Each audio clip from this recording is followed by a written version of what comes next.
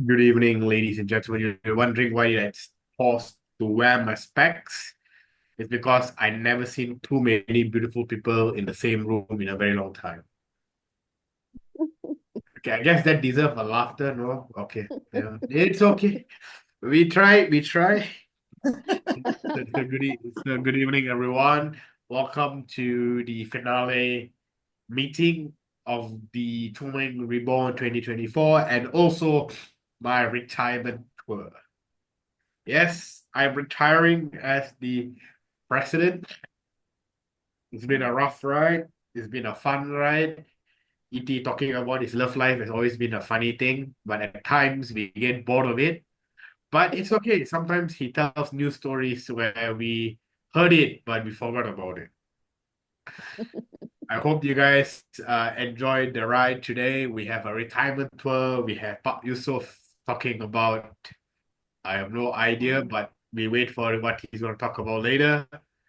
Uh, and I hope you guys have fun today. Most importantly, Comeng is a place where we can practice our comedy in a safe environment and get feedback on how can we improve our comedy skills, our comedy techniques, and most importantly, we create smiles as we go. I think that's the important thing. Sometimes we are so stressed with life, so stressed with what is happening around us, we just forget to pause, reflect, and just laugh, right? So I hope today, while listening to all the dumb and funny and intellectual jokes, I hope you guys enjoy the moment, stay present, and forget about the problems that you're facing. Just for this short 1 hour, hope we help you in that. With that, pass it over to the most beautiful woman who's in red today. I pass it over to Carmen. Carmen, over to you.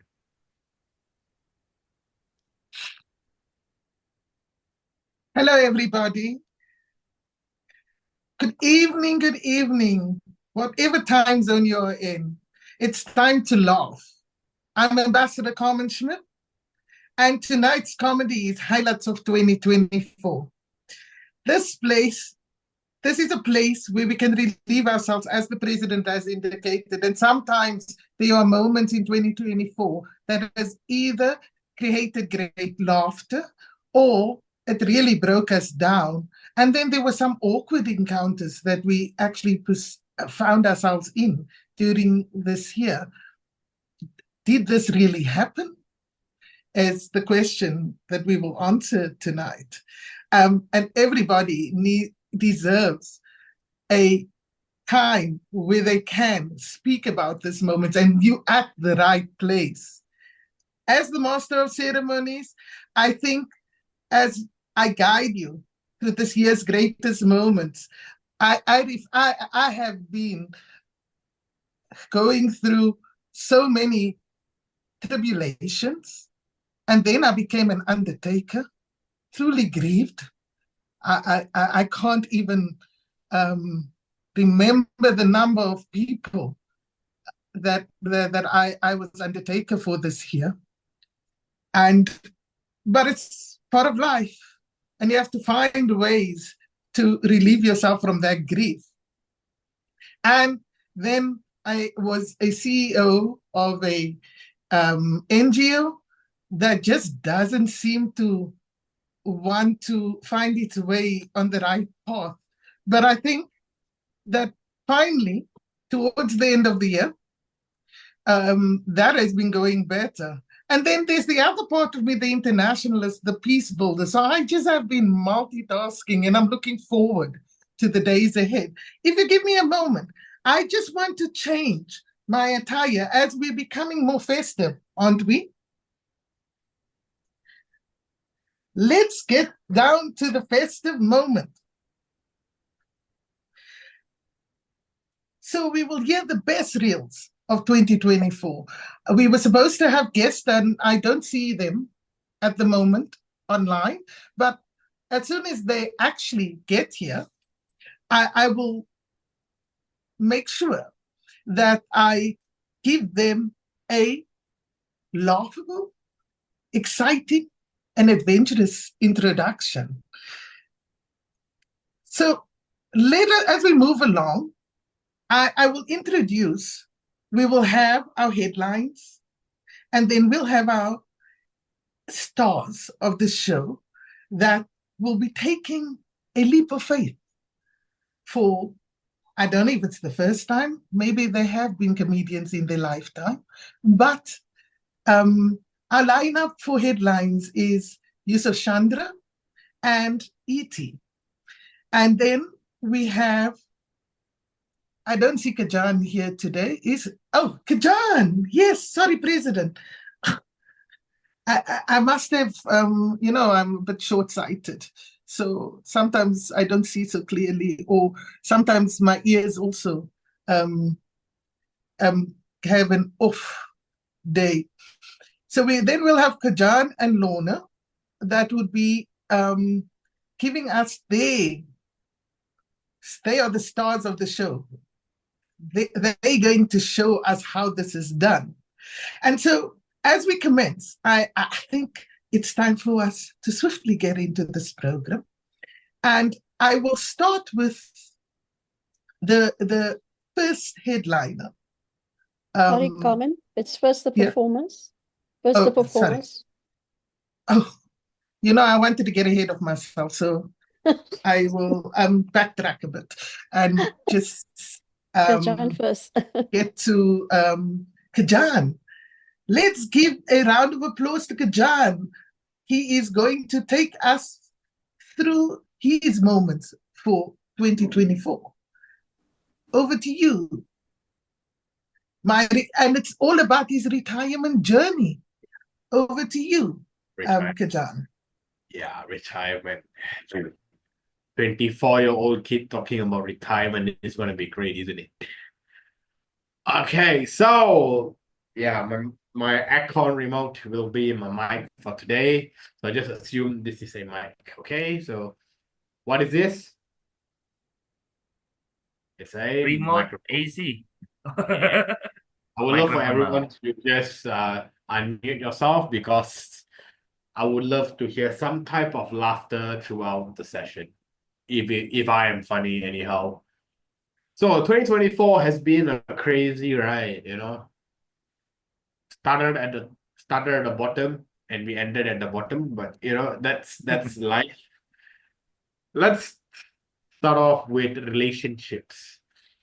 I started the year single, and fun fact, I'm actually ending the year single as well. So, people say that I am dumb when it comes to women flirting with me. Mm-hmm. So, I don't know how dumb am I. So, you guys may be the judge for this. Okay. So, the other day, I think like a few months back, I was talking about this in the same comedy show here as well. I was talking to this very beautiful woman. And I was talking to her, networking with her, I would say. Then what happened was she asked me, like, do you want to go work out with me at my gym nearby my house? And I replied, there's a gym at my place. I don't want to go out of my house. So I don't know. Am I being dumb for this? Mm-hmm. Well, okay. Thank you for that. I appreciate it. Yeah. I am being dumb. Yeah, ladies and gentlemen. I am really blind when it comes to women flirting with me, because I have something called flirting blindness. Some people have night blindness, some people have short-sighted, long-sighted. I have called flirting blindness or flirting deaf. I will never know if someone is flirting with me or someone is just being nice. I consider flirting being nice, and being nice is flirting. So I'm a very confused child. But at least I know I like women. So that's at least one thing that I am confident about. I would say I know what is, because some of my friends actually think that they're confused on my sexual orientation. Because they think that just because I never had a girlfriend in my life, and I talk about nasi lemak all the time, they think that I am not interested in women. I'm interested in food. which is something which I feel like it's quite funny. Like, how can I be interested in food, right? However, right, this this few months or this year got me thinking on what do I actually want in my life, right? So I started a new career as a trainer, a corporate trainer, and it's been a very interesting ride because you get to see me coaching people, training people, and I met a lot of interesting and wonderful human beings throughout this journey, right? So one of them came up to me and said, Kajin, I think you are married with kids. And I'm like, what do you mean married with kids? Do I look like a guy who's married? Like, come on, look at me. I don't even look a day over 40, right? That's what people thought I am. When first look, they thought I was 40 years old. E.T. looks younger than me, I would say. No. Right? E.T. looks younger than me. Like, I look old, man. I look old. I need to invest in some skincare, like what E.T. is doing for his skin. What? That makes it so young. That's not young. So I get asked a lot of questions like, when I go to relative stores or like for weddings, right? They keep asking me like, Kajin, when are you getting married? So I found a very effective way to ask them, to make them not ask me this question. Do you know what's the most effective way?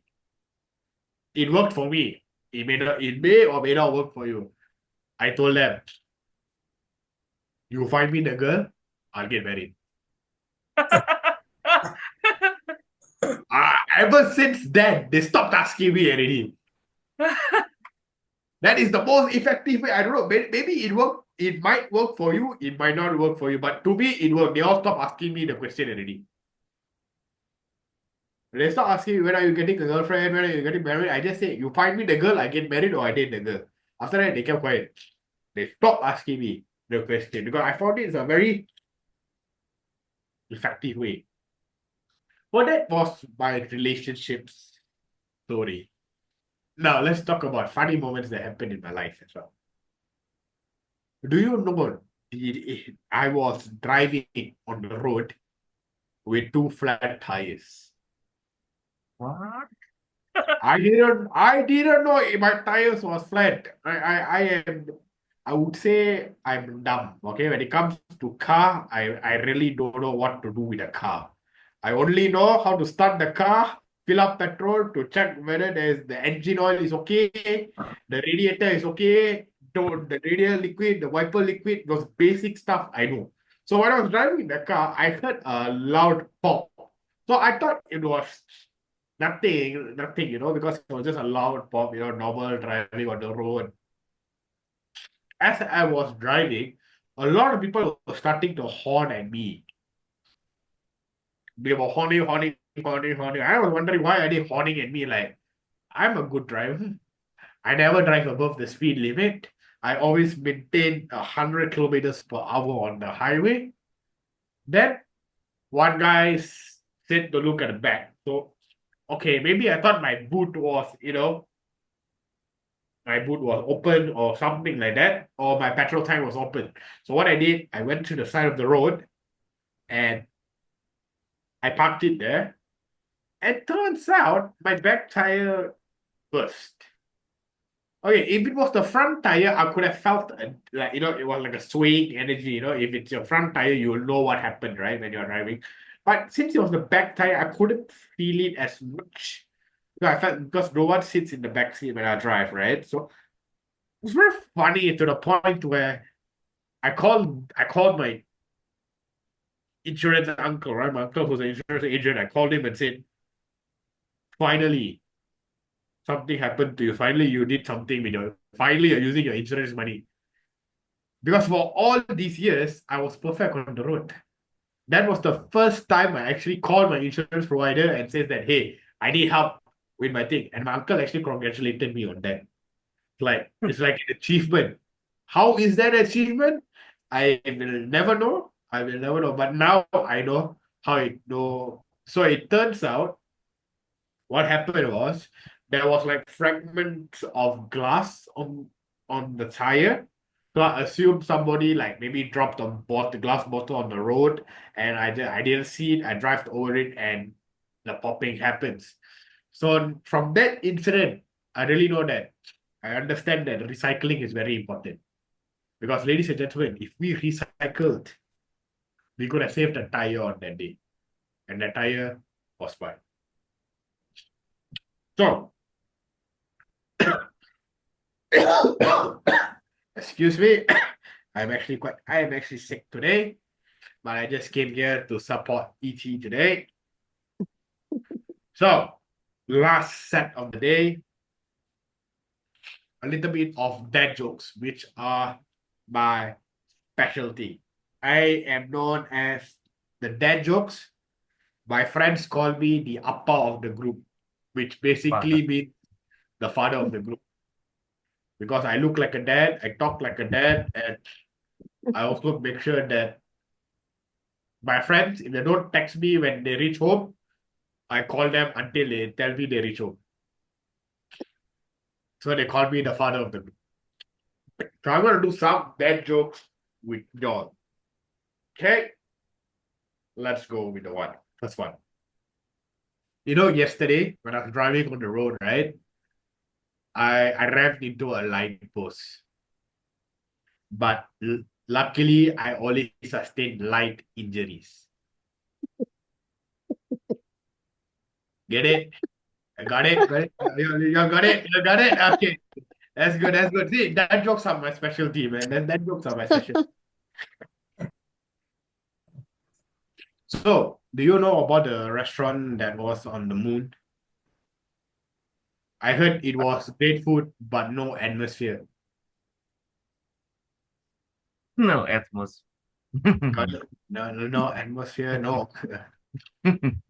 It's okay. That joke, it takes time for people to like process the joke. Okay, very simple one. What do you call a Mexican who lost his car at the airport? Carlos. You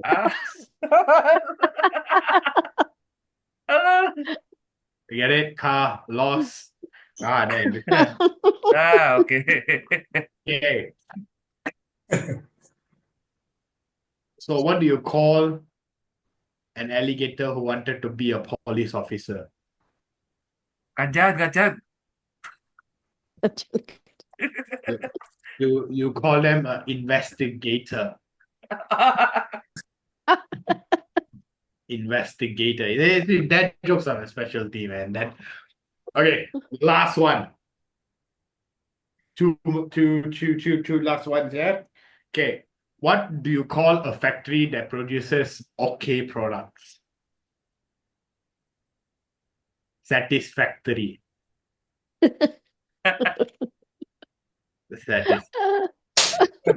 Okay, final one. Okay, what do you call a fish who wears a bow tie? Sophisticated. Oh, Okay, so ladies and gentlemen, I hope you guys enjoyed my short bit.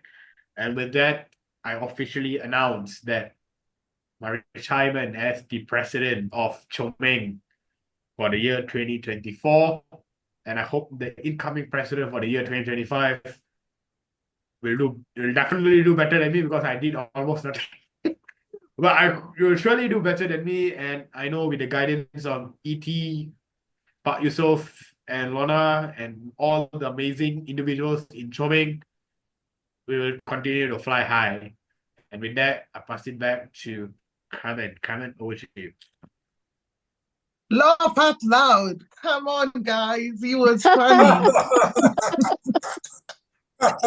This is the president retiring, an internal auditor, a trainee public speaker, which he told us about. And he's been the backbone of the club.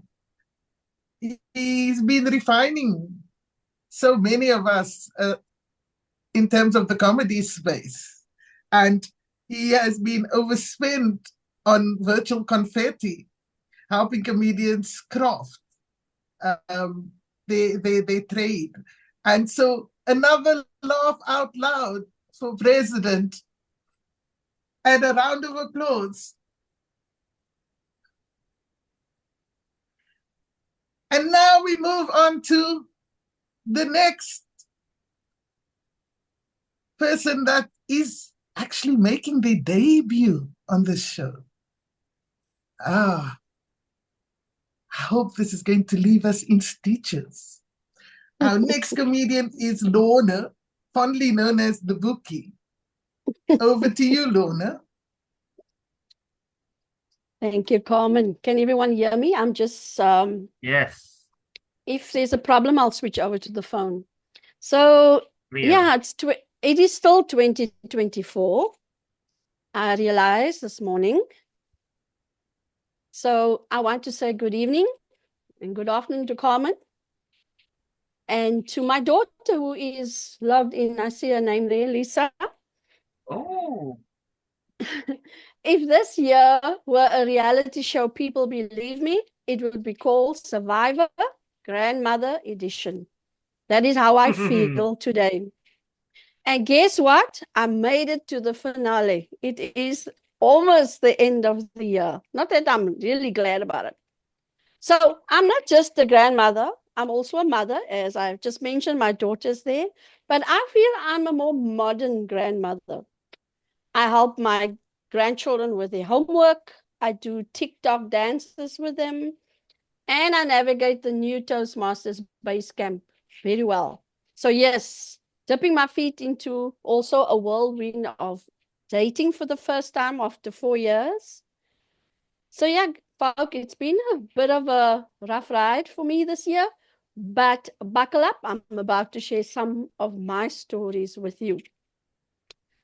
So after 4 years, I've been a widow for about 4 years, and someone asked me to go on a coffee date. And I obviously interpreted that as a real date. And so yeah, so it's either coffee date or it's a date. I can't decide. And nonetheless, the preparation was so intense. You know, first time I have to put on lipstick again in a purposeful way to attract the person, I guess. I checked out all my outfits in my wardrobe. I chose a neutral color, black, which I always wear. And I put on my pre-COVID high heel shoes, although I could barely walk in them. As I'm getting ready, you know, sitting, looking in the mirror, doing the hair. My hair was loose, not like this. This is dirty hair look. And my little step grandson was standing there looking at me, looking and looking. And he looked at me and goes, Mama, where are you going? I looked at him. I have a date. Now, 4-year-old, you don't think a 4-year-old knows what a date is, right? But he knew. He faced me. He crossed his little arms and he demanded, are you cheating on me?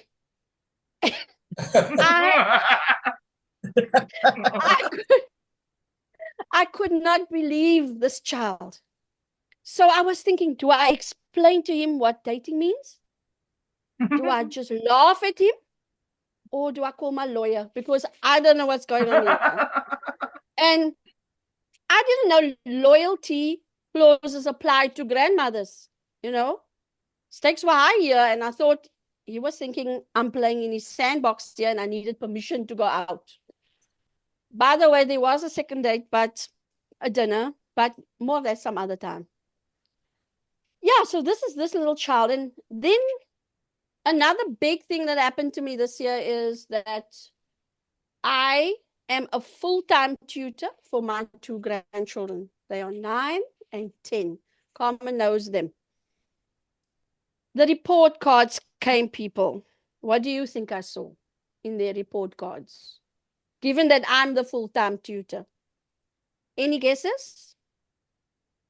E.T., do you think you know what they brought home in their school reports? Red Carmen? marks. Red marks. Red marks. Carmen, what do you think? On English, I think it's red marks, your favorite subject. Okay, but remember, I'm the tutor. So they came home and they said, Ma, we got an A. Of course, they acknowledged Ooh. me, at least. Oh, They got A's for that was everything. just teasing. I knew that. So we got A's for everything. Like we a team. Like we wrote the exam together. And even one of them got 92% for computers and 95% for social science, which was so surprising to me because she never studies. But anyway, I'm still waiting for my honorary diploma, or maybe a mug with my world's best study buddy on, but it's still maybe for Christmas. Maybe they'll give it to me for Christmas. I have no idea. But I was really wanting to see the school implement a thing where the grandmothers or the mothers go up who are helping the kids all year with these things, because I got nothing back from them. I'll wait. Maybe after Christmas. And the saddest part is these kids expect a reward from me. Yeah, I bought each one something, but after all, I am the proud grandmother. But I keep thinking, why are they getting rewarded when I help them with that work? Okay. But okay, the teacher should never know that. Ne? Don't ever tell them, Carmen. Okay. One thing I do know, and that makes me happy, is that there is such a thing as sleep. Eventually, they all go to sleep, and I can rest. So last night, I was resting and sleeping. And this morning, I woke up and everyone's talking about an earthquake that happened.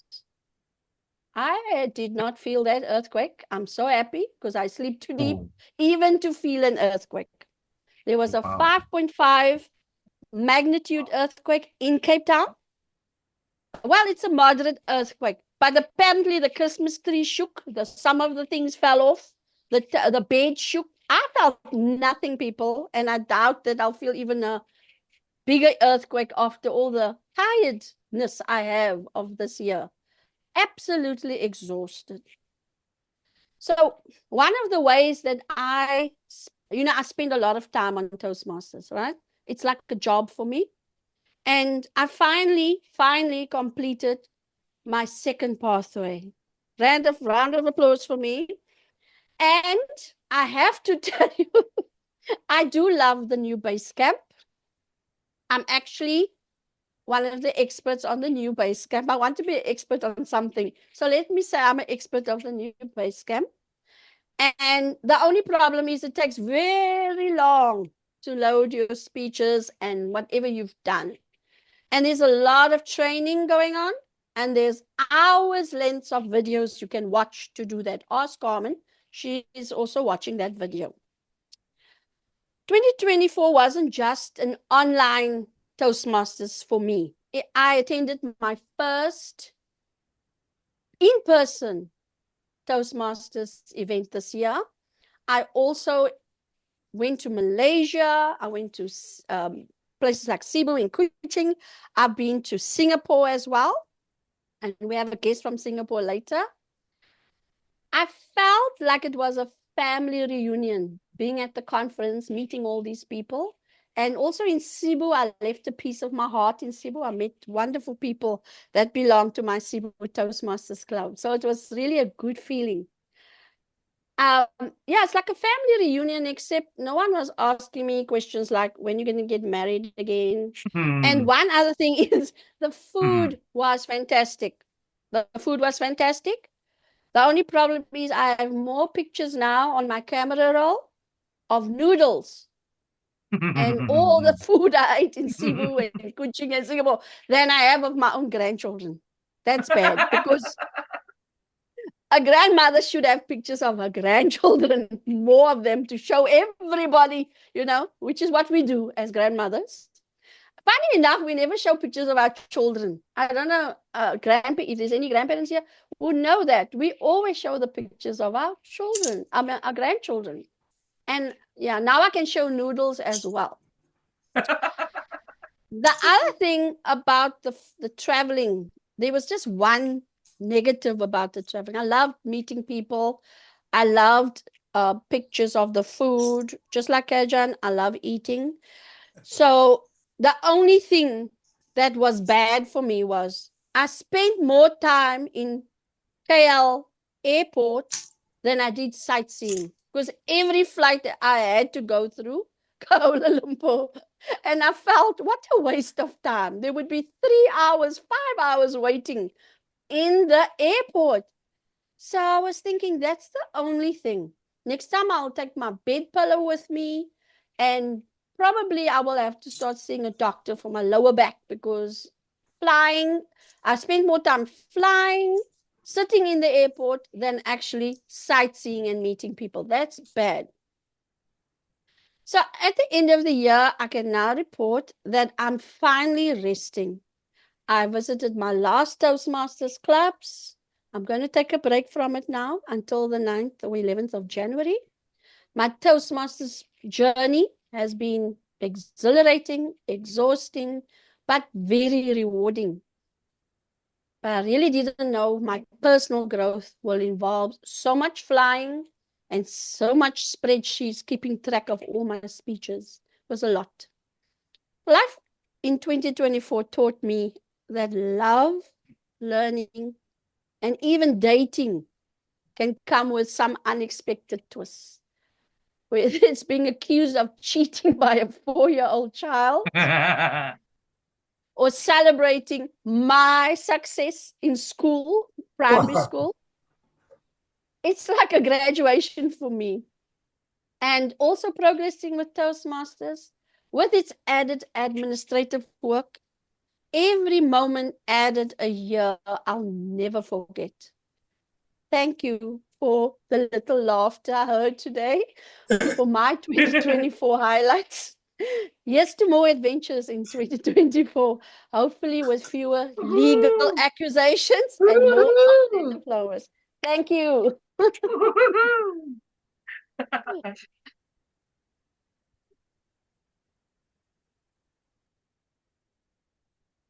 Interrupted call. Sorry, everybody's trying to reach me because it's now festive season and everybody wants to be festive. So I just had to put that on pause. Let's laugh out loud. Brilliant debut from Lorna. Ho, ho, ho. What a festive spirit we are in. And we've learned today about dating, guys. We've really learned about dating. There's so many tips that we were given. And some of it, flirting blindness. Wow. I should actually double check if I don't also have that. And then being viewed as being married and having to navigate that space, and then assuming it's a date, and getting all ready and worked up on this. And then we've also just heard some brilliant highlights from those that have presented. It's what a year. It's been a year of punchlines, great comedy, and we've all been enjoying this path that has been set up by the club.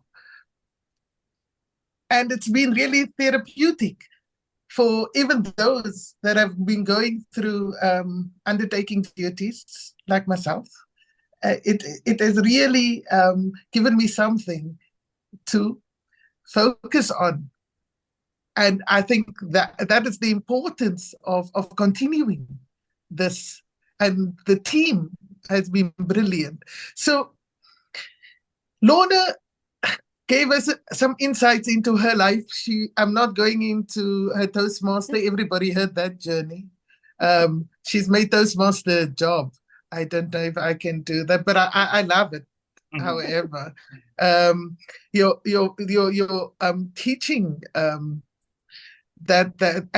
congratulations on your A's. What an achievement. Let's give her a badge of honor by giving her a round of applause for that. Thank you. Think that you're still waiting. Otherwise, you'll wait till Christmas. Maybe you'll wait till next year Christmas for that. And it is just amazing how both speakers have just really and thank you, Gajan, for the brilliant jokes, atmosphere. Yeah. You're right. It did take me a while to actually figure that one out, but the others was equally good.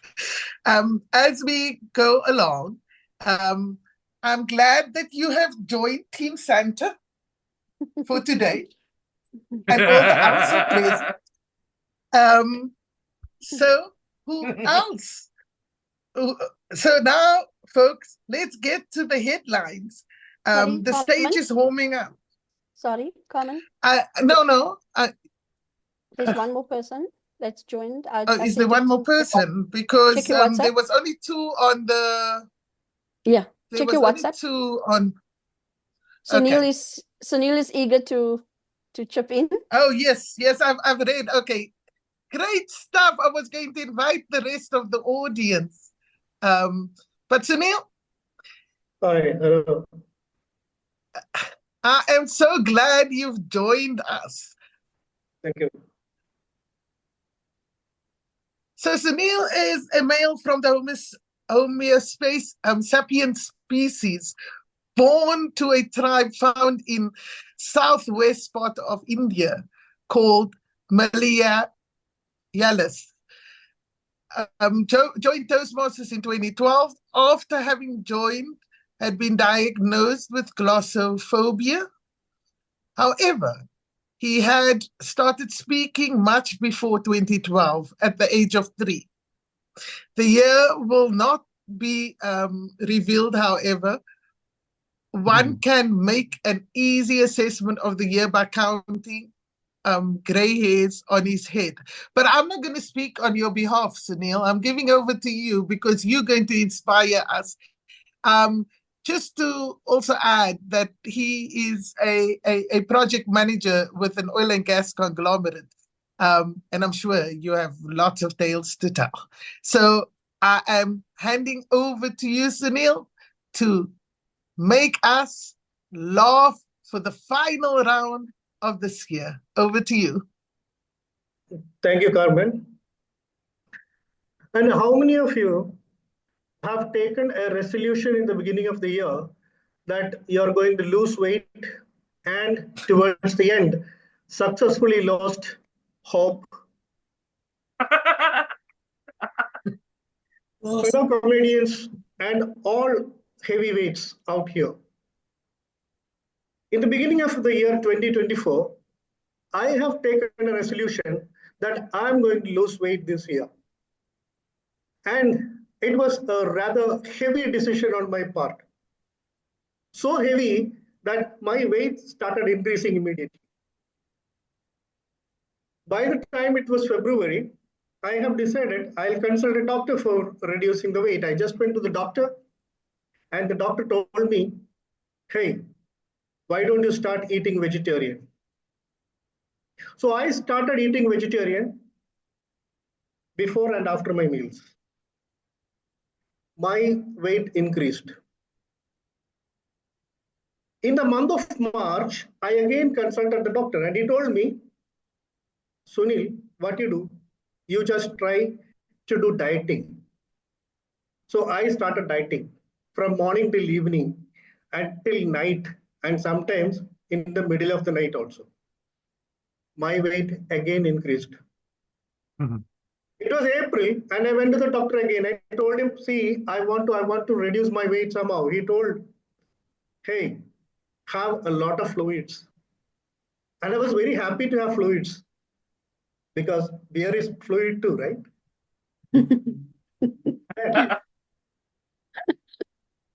Came May and still my weight went on increasing. There was no solution to the problem. So the doctor again told me, better you hit a gym. I saw an advertisement of a gym, the Jaws gym, which said, join, enroll there and shed out your weight about 10 kgs in 30 days time. So I enrolled, paid him the dues, but after 1 month, no difference, weight is increasing. I called up the gym and asked, what is this? You had a misleading advertisement. They told me, see, how many days have you worked out? I said, I did not work out. Then he was telling me, no, you should come here and work out. I was very furious. I paid you. You should rather work. And everywhere I work, I am paid for working. And this is the first time I am hearing somebody telling me, pay him and work for him also. Is it justifiable? No, right?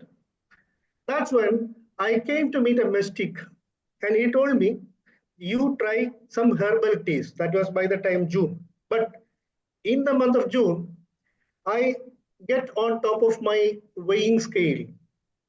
The needle in the weighing scale, it started revolving like a propeller of an aircraft. And it came to the last point and stopped. Then it was July. And in July, once again, I timed myself on the weighing scale. And this time, the needle did not move. It just crumbled. Come August, I tried, okay, I'll go and try with this tea, herbal tea. So I went into a shop. The shop was boasting of selling all types of tea which are available in the planet. So they had A tea, B tea, C tea, D tea. So I asked him, what are these things? He told me, A tea is an anti-choker tea. B, biotic tea. C is a contraceptive tea. It is only for females. D tea was a diet tea. And everything else is coming from outside the planet. Oh. So I bought all these different types of tea and started consuming. The months went by, August, September, A tea in August, B tea in September, and so on. And by the time it was October, not only that my weight increased a lot, but rather I started looking like a Halloween. Then it was time for me to go into a Toastmasters club. I think most of you might be knowing what Toastmasters is all about. Let me tell you, Toastmasters is something like, you can say like human beings, almost like that. Well, now I was in a Toastmasters club logging into a kind of a online meeting. Then I saw in one of the windows, there was this ET available. So I thought this could be an extraterrestrial coming with that ET for me. Then I just started talking to him, and he told me, no, I am not an extraterrestrial. Actually, I have come from Indonesia. I asked, Indonesia, what is that? He told me it's a country outside India because I'm an Indian. I was quite furious. I thought I was always told I'm an Indian and therefore an Asian. And now there is somebody who says he's a foreigner and an Indonesian. I was not able to, my national spirit actually started flaring up. I'm not going to accept it. Now, I started talking to him further and asked him, where is this place called Indonesia? And he showed me a map. Then I looked at the map. I found, yeah, India was above the equator and Indonesia was below the equator. So I was very happy because I am at least above him, at least in the map. Now, let me tell you this. You might have got some idea about how my geography is, right? Now I am speaking from a country called Oman. And before coming to Oman, I never realized that there exists a country with the name Oman. Because before coming here, I only knew three men: Batman, Spider-Man, and Superman. And after coming here, oh man, there is a country like this also. However, now you might have got some idea about how good I am in geography. Let me tell you very frankly, when I was student, I was very poor in geography. And every other subject, I was even poorer.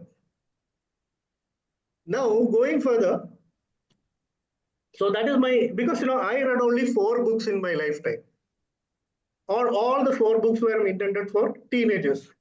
Hardy Boys, Nancy Drew, Harry Potter, and Pirates of the Caribbean. Then I was talking to this guy, E.T., and he told me his name is Eleos Theofilus.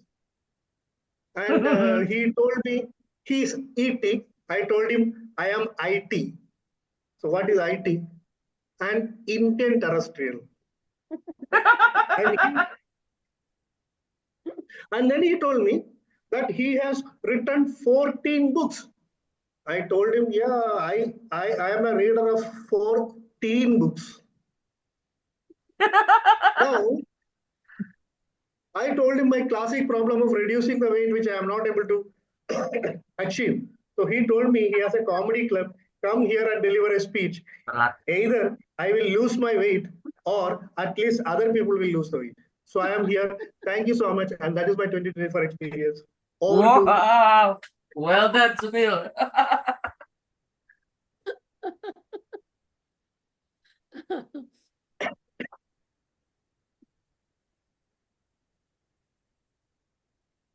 Thank you so much, Sunil, for taking that up. Laugh out loud for Sunil. Ha ha ha! Come on, guys, he was brilliant. And the thing is, we all can relate to. I don't know if all, but I mean, I can relate to the weight loss thing. Yeah, no. 2024.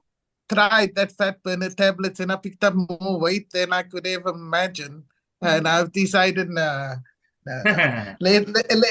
me just entertain myself and realize that I'm perfect as I am. Yes. You are. I think sometimes we try everything to fit into the Vogue and Glamour magazine, but for some of us, so long we eat healthy, I think that's the most important factor. But brilliant stuff, geography. Yeah, no, Oman, I learned years ago about it, but also by accident because I ended up in international relations. So yeah, there's so much that we can take from this. So thank you, Sunil. Round of applause for Sunil. Yay! Yay! You joined Santa's team. Thank you, Al Sunil. As we go to our next house, I am going to introduce Mr. Caleb Young. No, He Carmen, is a proof of brains and humor and can go hand Carmen, in hand. coming later. And He's coming is he later. going to come in later? Yeah, he's coming in later. I saw him on the... Yeah, he's in the bus at the moment. He can't speak okay. at the moment. Okay, then I guess. All right, folks. From the storytellers to the headliners, the stage has just been warming up. Are you excited tonight? As we do, are we decking the halls with jolly and having all the joy to the world? Because it is festive season. You cannot miss those songs, God, can you? And the reindeers have arrived in the show. And yeah, we're going to our headliners. And so our first headliner tonight is a man who has turned public speaking into both an art form and an adventure. Is Yusuf Chandra in the room? Yes, I am. Oh, there. Yes, Mr. Chandra. Always a pleasure.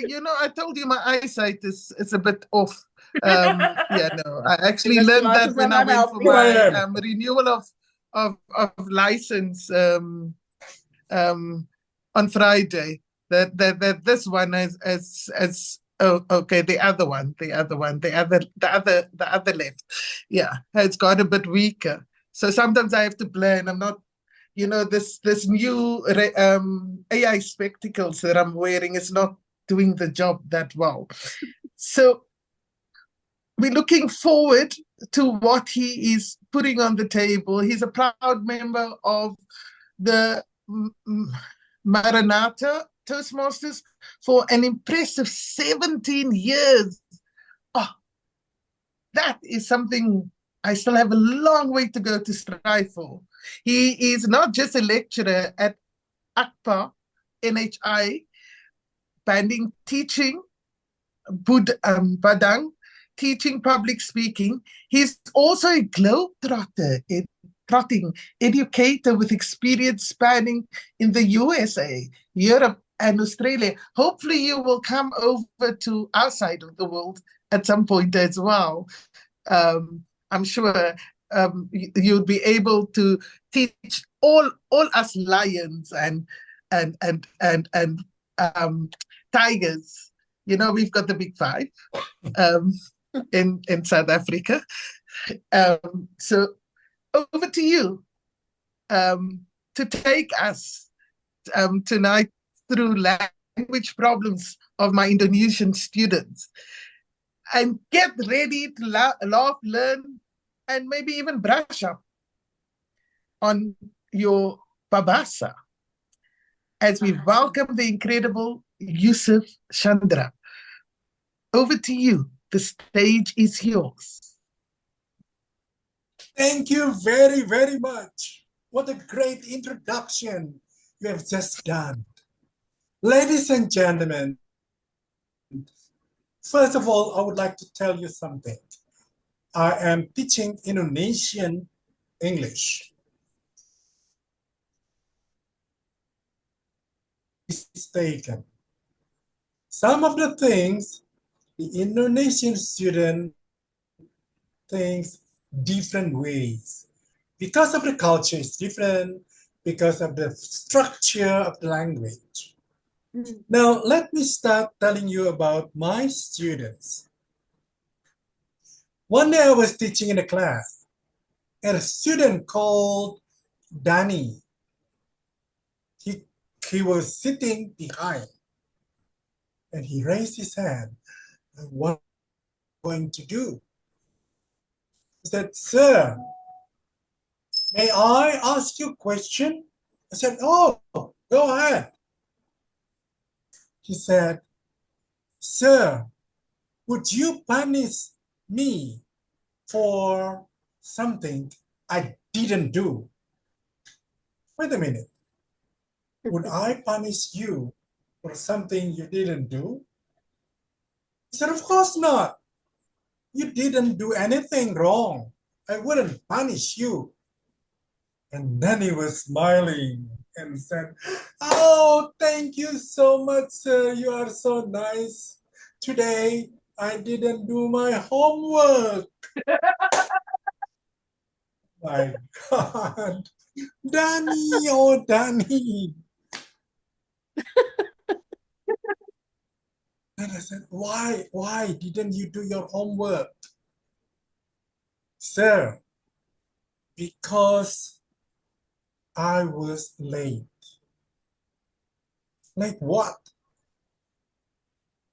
"Today I was very late coming to school, and I didn't do my homework." "Why were you late? You didn't do the homework, you came late. What is the reason?" "It's not me, sir. No, not me. Because the road sign, yeah, the road sign, half a kilometer before the school, there was a sign saying, walk, go slowly. School open." So I go slowly and slowly and slowly. So I was very late, sir. I'm very sorry. Don't blame on me, blame on the sign. "Danny, it is not for you. It's for the car." "Yeah, but I read it. But he taught me to read. And I read, walk slowly." So I had, oh my God. this is English. Yeah, because this is English. I remember you read and I do it. Am I wrong? You are right, Danny. But you are wrong in interpretation.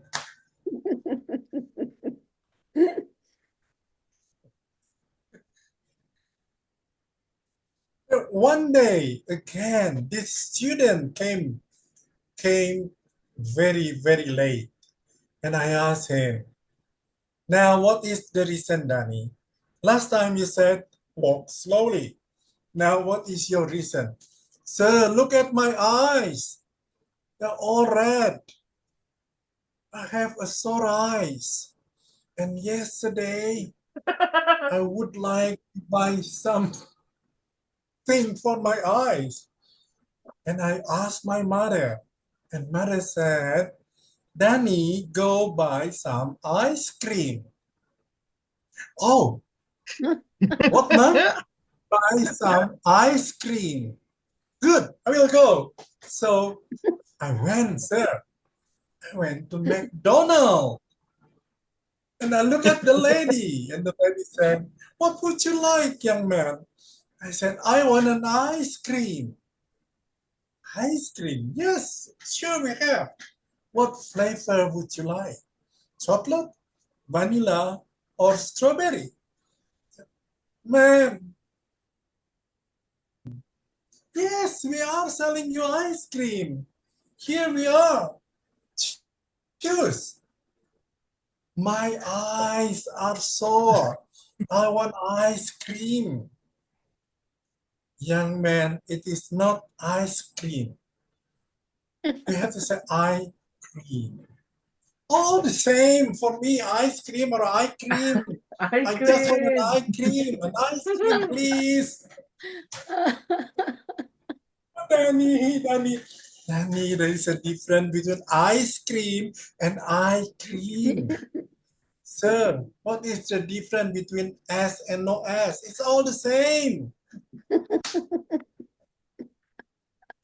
Oh my God. I was just laughing and laughing in the class. The next thing is, we had a big party at school. And Danny came with the father driving the car. And Danny asked me, being very nice, Sir, yes, Danny, what do you want? Are you going home? Of course, I'm going home after this party. You can go with me. You're sure? Come. Now follow me. My father has a car. I said, Danny, I cannot follow you. Why not, sir? Come, follow me. You are driving a car with your dad, and I'm walking. How can I walk behind you to follow you? Said, come on, sir. Come, follow me. I can't. Come. And he opened the door, and the father said, good evening, sir. Good evening. And then he said, sir, get on the car. I said, what? Get on the car quickly. We are late. Get on the car? Should I jump into the top of your car? Come on, get on the car. Where, Danny? Here. It is not on the car, Danny. Get in the car. Danny was looking at the, no, it's get on the car. No, it's not on. It's in.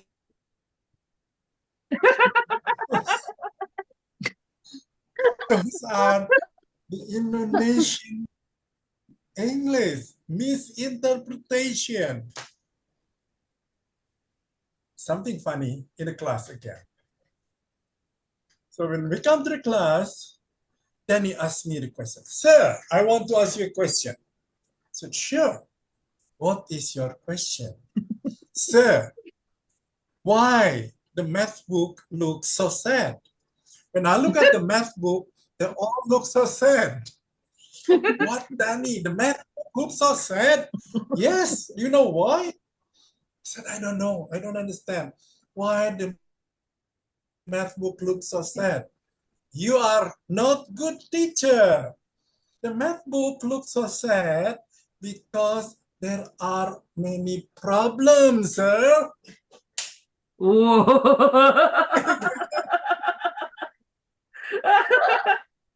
Many problems in the math books.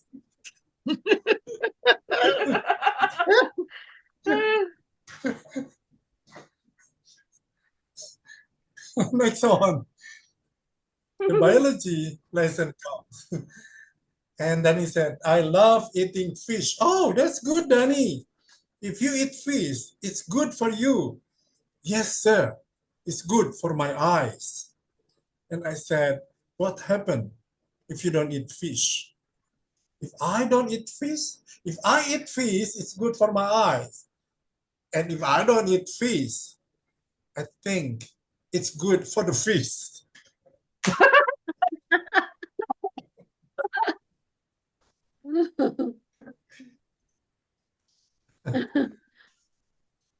The last two, counting lesson.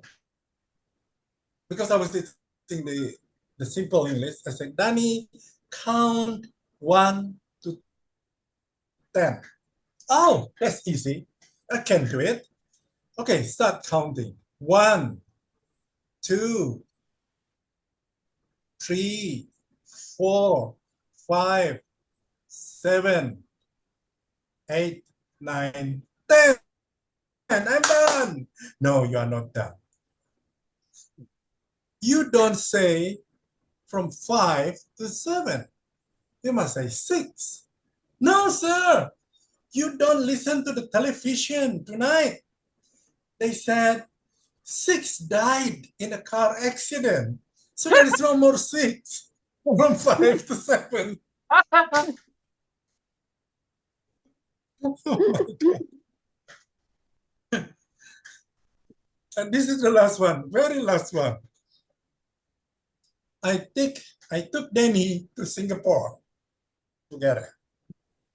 And I was walking in front and Danny was walking behind. I looked behind and I didn't see Danny. I said, Danny, where are you? I'm here. He is crawling. I said, why are you crawling? Danny said, sir, you are English teacher. You don't understand the sign? The sign says no standing. You are English teacher, you know. You are standing. Look, no standing. I said, Danny, no standing, not for us. It's for the car, not waiting here. Thank you very much. So those are my students' mistakes in English.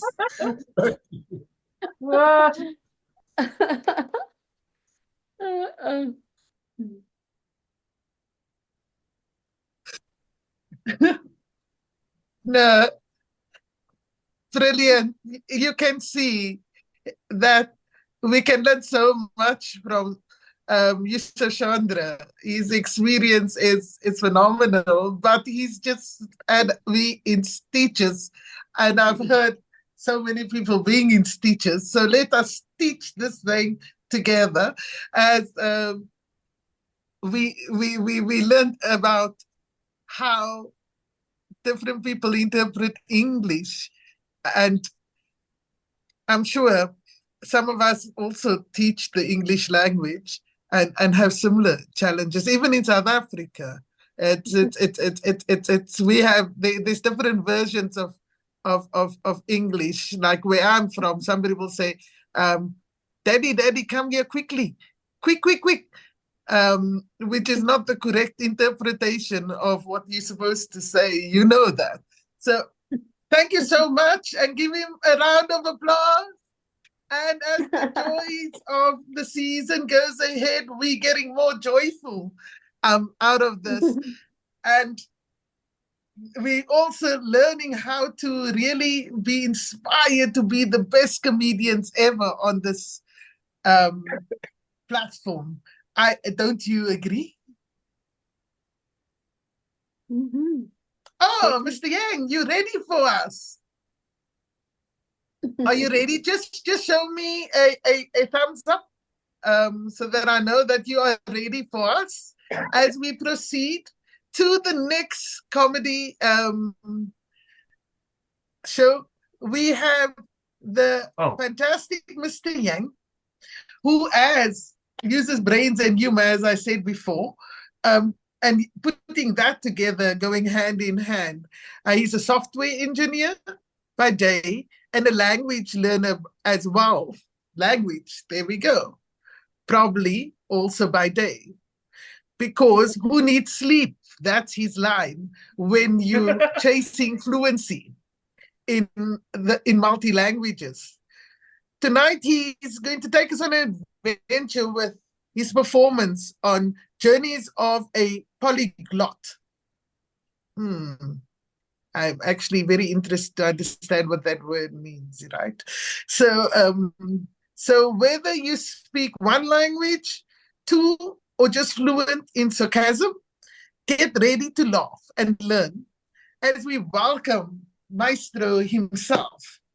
Over to you, Caleb, to teach us about your journey as a polyglot.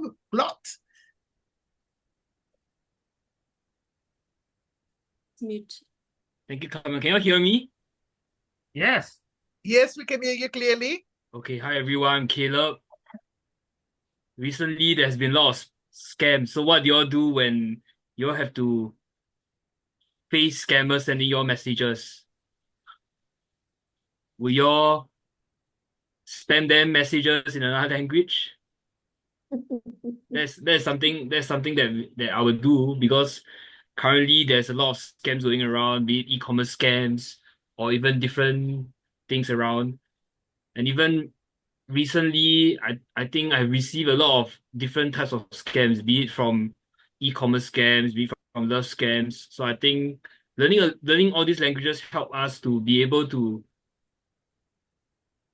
use our languages to help us protect us against scams. For me, I've been learning languages for a while.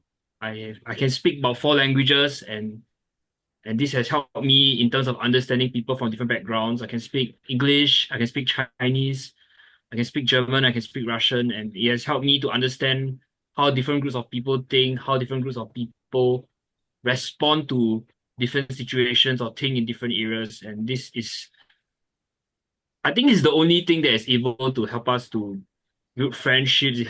It's able to help us to understand people from different backgrounds. Recently, when I was in Cambodia for a factory visit, I realized how important it was. If you know Khmer, you could talk to the locals, you could get things done easier with the language, and it is something that would cross borders, is something that would be able to impress people. And languages is something that will bring people around. Languages is something that will help us to understand each other, and languages is something that is very important for us in our daily lives. It's also very important in different languages that you understand the grammar, you understand the nuances, you understand what are the different grammar structure, what are the different stories you can tell when you're learning a language. And one of the ways I learn the language is simply by listening to radio, because listening to the radio helps you understand the phonetics, understand the how the language is spoken, as well as understand how it's being sound. And it's something that will help you to be able to understand the language better. So when I was learning Russian, I was listening to Russian radio for a while to understand how the Cyrillic sounds are pronounced. And by listening to that and knowing the cases of grammar, you're able to understand the grammar structure of the language faster. And this is something that has helped me in my language learning. So I hope that you guys will, in the next coming year, you guys will think of learning a new language. You guys will think of learning about how to use the language to build new friendships. Okay, thank you. Back to you.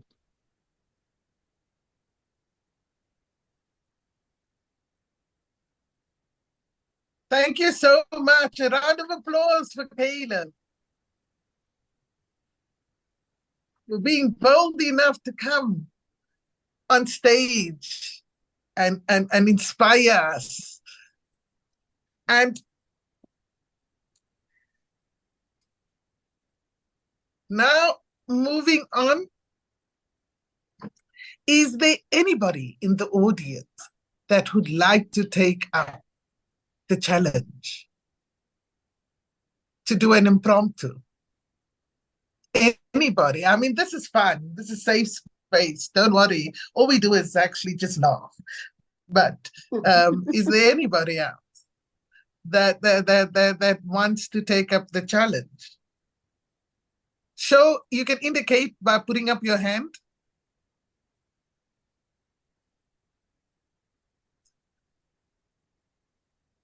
Otherwise, we'd have to pick on you, and I really would rather let you volunteer. Okay, it leaves me no choice but to pick. I think we haven't had enough females in the house, so maybe Catherine C. Would you like to take up the challenge for an impromptu? Go, Catherine! Go!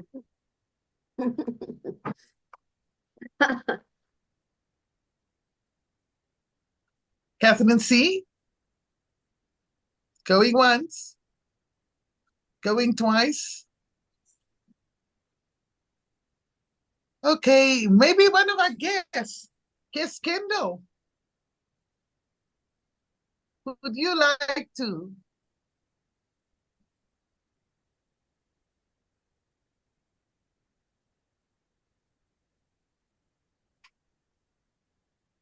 Maybe next time. And then Junaid. Oh, Kendall. Yay! I said maybe next time. Next Are time. you I said saying maybe maybe next next time. time? Yes, I'm not so good as you are. Are I'm you enjoying taking it. up the challenge or maybe next time? I don't know. I mean, maybe next time. I'm enjoying Okay. it. I like humor. We're I looking like how you. forward to you taking up the challenge next time with us. Thank Okay, I you. will. Thank you for coming on. And we welcome. I hope you're enjoying being in the Yes, yes, presence yes. of people attempting their hands at being funny. Right, You right. and you can give us a small little feeler just before we close Yes, yes, on sure. what you thought of it. But I'm going to move to the next person, the last. Junaidi, would you like to come on this time, next time? Maybe next time. Okay, so yeah, we already got 2 speakers for the next round. In the new year, we'll have Junaid and Kendall. Junaidi and Kendall coming to join us and inspiring us going forward. And I think that is going to be really exciting. Don't you all think that? Show me a thumbs up or my else. And show me a thumbs up for those that will inspire us for the new year. Yes. Before we hear from the second headliner, actually, sorry, I'm moving swiftly into the second headliner. And, you know, an inspiring comedian, you must brace yourself for his roller coaster. He's an author, a podcast host, and frankly, someone who's going to make you laugh until you cry. Ladies and gentlemen, our next headliner, a man who wears many hats. His head hasn't disappeared yet, actually. Eleos Theofilus. I hope I said it correctly because I'm still working. I practice names like 10 times. so that I can pronounce it perfectly. But I think I just slipped on the tongue there, or maybe slipped on the soap. I'm not sure. Gandawidjaja, or as everybody knows him, E.T. And he's an author of 14 ebooks. 14. And Sunil, you told us about, and you a reader of 14 books, right? Yeah. That's a brilliant comparison. The podcast host of What's on My Mind by E.T. and a certified Canada World Youth and Youth Canada International alumni. He's the immediate past president of Comeng Reborn, and he's no stranger to making people laugh. He's a grand mentor of the Darwin Associate, and he's no stranger to making them think. Tonight, E.T. brings us the good, bad, and ugly. And E.T.'s and E.T.'s therapy bowl. A hilarious exploration of life's quirks and chaos. Please give a roaring comedy jam welcome to the one and only E.T. Thank you, Carmen. Wow, you are doing very good at hosting this comedy show. If I were you, I think I will be terrified because yes, you asked me to host Eleos, but you don't pay me. How can? Yeah. We must talk. Just kidding, Carmen. I know that you're doing good charity right now. Yes, we are a charity organization. We accept donation to everybody. So yes, if you want to donate money, you can ask Rona and Carmen here, so we can set up the bank account for this comedy. Okay, let's stop about it because I just want to roast Carmen because he's doing very good. And roasting is like the highest part of our respect. How we show respect to our fellow members. How we show respect because we know them so well that they don't want to get hurt. They won't feel any hurt by what we are doing right now, roasting. Okay, so let me start my comedy set for today. Good evening, Comeng Reborn. Hi, it's good to see you all here. Let's start by doing some kind of activity. Please type on the Zoom chat here how to say good evening in your language. In Indonesia, we call it Selamat sore. Yeah, good evening. Selamat sore in Indonesia. So please type on the Zoom chat what is it good evening in the Zoom chat and with the country or the language itself. I would like to know. And let's go on. I hope you are ready for the greatest hits and misses of the 2024. The year was like a box of assorted chocolates. Some bites were sweet. Some were weirdly bitter. And then there was that one piece that tasted suspiciously like a therapy session I owed. E.T. Okay, so I think somewhat among our Malay people in South Africa, yes. And I think Caleb is writing one an in the Zoom chat. It is for Chinese or Mandarin. Yes, I'm not polyglot like Caleb, but I think I can read some basic Mandarin, yes. But the language that I cannot read, I think the love language of my girls. Yes, I don't understand girls at all. So yes, let's break it down. The good, the bad, and the ugly. And why my bank account keeps texting me. Are you okay, Eleos?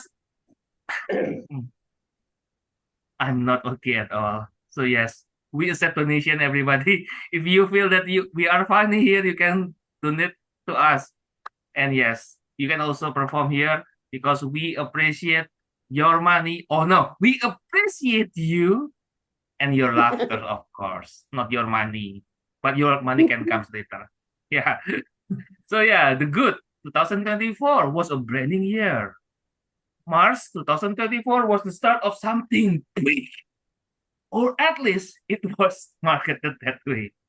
I held a 90-minute workshop. The title, Branding Your Business, where vision meets victory. Sounds fancy, right? But halfway through, I realized the real branding going on was convincing the audience I wasn't running out of steam. By the Q&A, someone asked, what's the first step to branding success? I said, make sure your coffee is as strong as your logo. I love my coffee. You love it?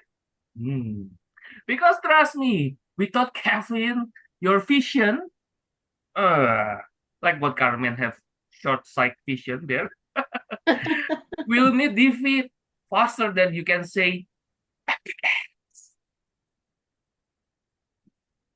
Branding is all about standing out in the crowd, right? That's why I give my clients the best advice. Label yourself before someone else does. Like, would you rather call yourself a bold innovator?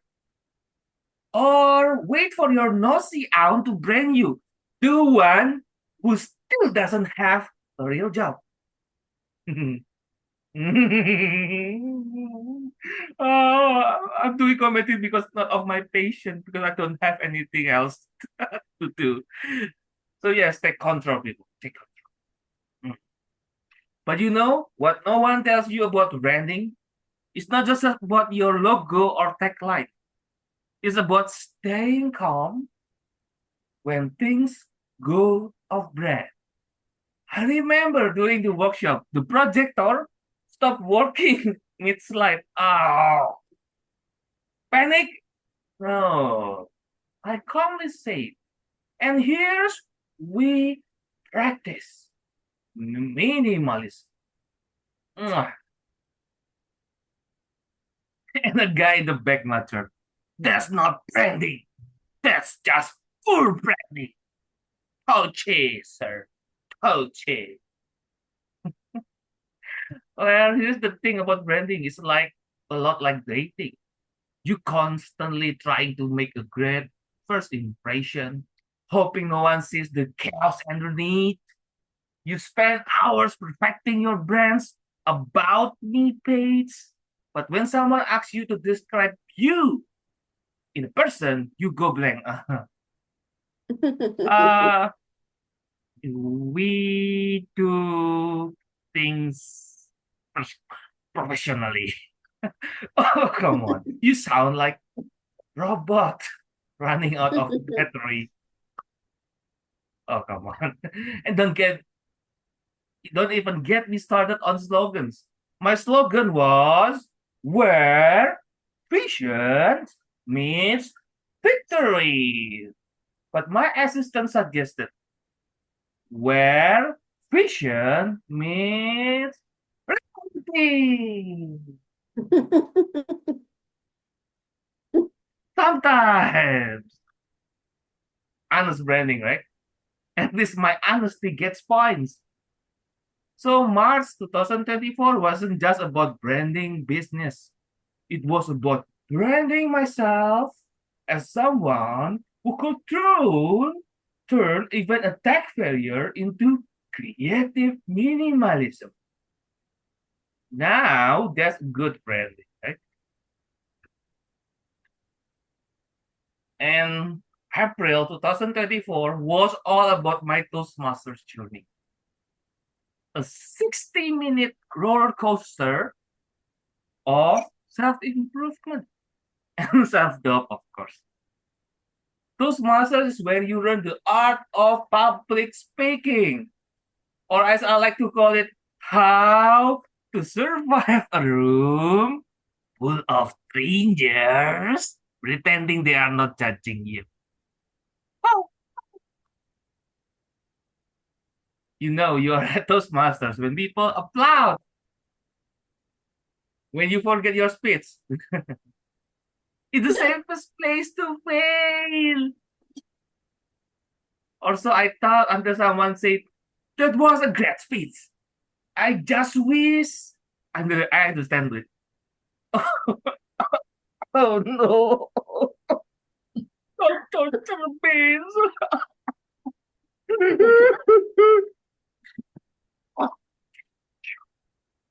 The first thing those masters teach you is the importance of an opening line.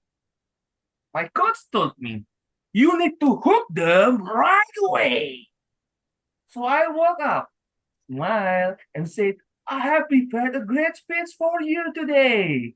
But first, does anyone have a spare speech I can borrow? Rodak, can you borrow me a speech? Well, that got a laugh until they realized I wasn't joking. Karna, help me. I don't know what to say. Spare speech, please. Then come the table topic session, where you have to give an impromptu speech on a random topic. My topic, the benefits of eating vegetables.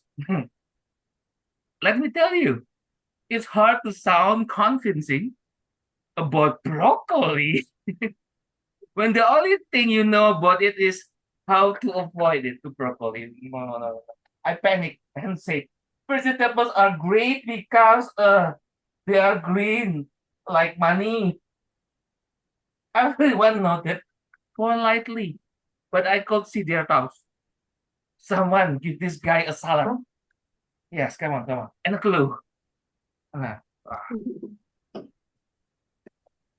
By June, I was ready for the Fokker Variety workshop. Also, I thought Fokker Variety is all about using your voice to captivate an audience. Apparently, our default setting is monotone with occasional panic. Oh, panic attack. Oh no. Oh no. And my coach said, you need to make your voice dance. Oh, dance. My voice doesn't dance. It shuffles awkwardly in the corner, hoping no one noticed. And I'm still dancing. Not my voice. Oh yes, come on, help me. Stop me. Say stop. Stop. Why? Okay, good. Yes. Because if you don't say stop, I will keep on dancing. And yes, we practice volume, pitch, and tone. My favorite was pitch. My coach asked me to hit a high note to express excitement. I tried, but it came out like a broken whistle. She said, that's not excitement. That's a cry for help. Help. Help. Yes, help me. And there is the volume. I thought I was too quiet. So I practiced projecting. By the end, I was shouting so loud. The janitor came in and asked if everything was okay. I said, yes, just learning to captivate an audience. He replied, well, you have captivated the building. In June, I also recorded an 8-minute podcast. Have you ever tried talking nonstop for 8 minutes? It's like running a marathon, but with words. And no one to hand you water halfway through. Sir, water, sir. Sir, water. Oh, wait, let me drink because someone offered me something, right?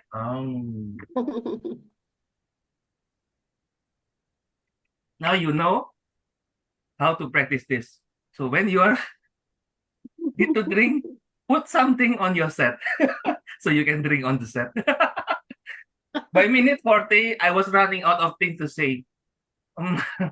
By minute 60, I was interviewing myself. So, Eleos, what inspires you? Theo, great question. Me, Yes, Eleos and Theos is the same person actually. And probably my exhaustion. By minute 75, I was just making random noises to see if anyone was still listening. Like, well, it is still stunning, right?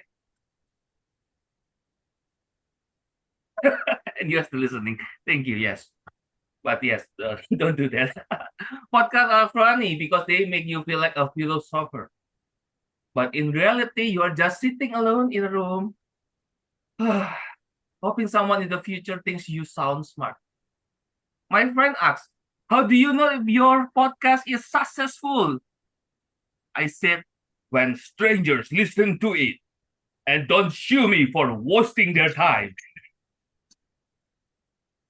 And November rolled around, and I was back to podcasting. This time a 45-minute session with 10 minutes of Q&A. You would think I would be a pro by now, but no. During the Q&A, someone asked, how do you prepare your podcast? I froze and brought out, I Google stuff. Well, not my proudest moment, of course. And one guy raised his hand and said, that's not preparation. That's procrastination with Wi-Fi. Hey, he wasn't wrong. Then there is the magic of stand-up comedy in November. I think Rona can vouch for that. Right? You were attending my session, right, Rona? Yes. You see it, right? Okay, I think the most captivating that part is not me, but my assistant, right? She is too beautiful, right? And yeah, stand-up comedy is like Toastmasters on steroids. Not just about speaking, it's about being funny while speaking. That's like juggling while riding a unicycle on tightrope with no safety net. My first joke was about how my podcast doubled as free therapy. The crowd laughed.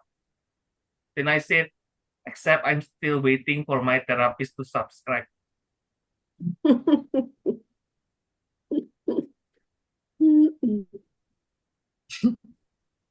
That silence. I panicked. and added, it's okay. My mom ascribed to. Well, let's save it. Rule of comedy. Self-deprecation always works. Because at least you know you are laughing. Nobody's laughing, you are laughing yourself.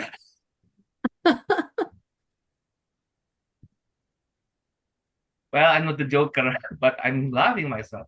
And those masters in comedy taught me that public speaking is an art, a science, and sometimes an extreme sport. It's about finding your voice. Even if that voice cracks, shouts, or occasionally makes people think you need medical attention. Looking back, April to November 2024 was all about learning to laugh at myself. Because if you can laugh at yourself, you will never run out of material. Well, I'm practicing this. So I will never run out of material. So if you have the material, just keep on walking.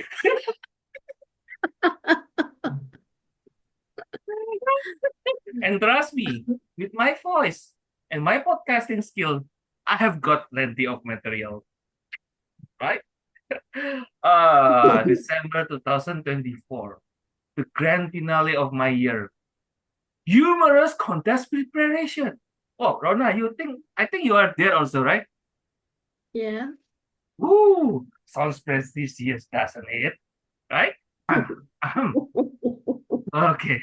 Like I was training for the Olympics of comedy.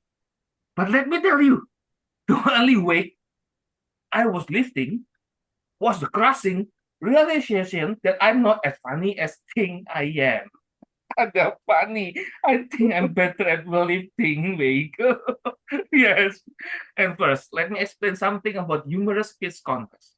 The stakes are high. You have got an audience expecting to laugh, judging, scrutinizing every word. And me, hoping no one noticed, I stole my post opening line from a fortune cookie. The cookie said, "Your humor will bring you success." Oh, yeah. Thank you, fortune cookie. It forgot to mention the part where I will sweat so much. Oh, oh. Well, you know, right? I have brain props. So yes, next time when you are sweating, you can have to put on this on your comedy set, right? So you have a reason to put on this. So I'm so sweating so much during rehearsal that I would like to just swim through a monsoon. Step one of a preparation. Write a killer opening joke. Easy, right? Right? Easy, Rona? Wrong! Totally wrong. My first draft was, why did I join humorous contests? Because my therapist said I needed new material for my next breakdown.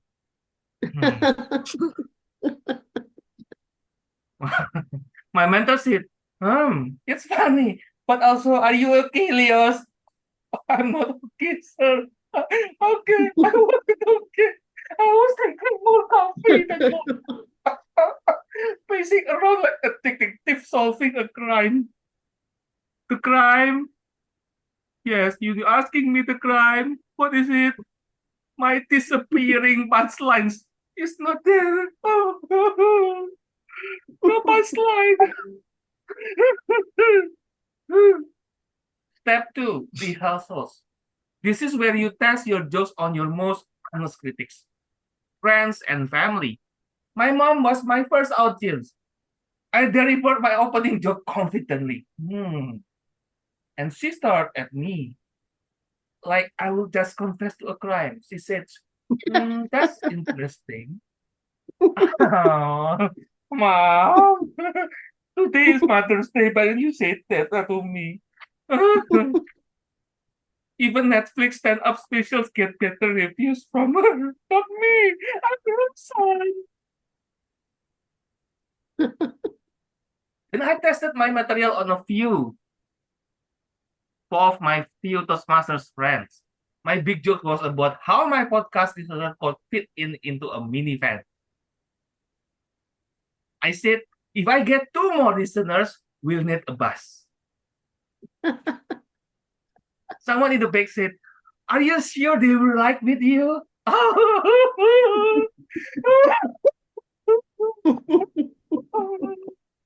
It's so hard. My material was flopping harder than my New Year's resolution to stop eating instant noodles. Step 3, delivery. Here's the thing about humorous speeches. Delivery is everything. You can have a perfect joke, but if your timing is off, you might as well be delivering a weather report. For example, I had to learn about my Toastmasters uni. Toastmasters taught me the 3 Ps. Practice, persistence, and pretending you are not terrified. Solid joke, right? Except I rushed it and said, Toastmasters taught me the 3 Ps. Panic.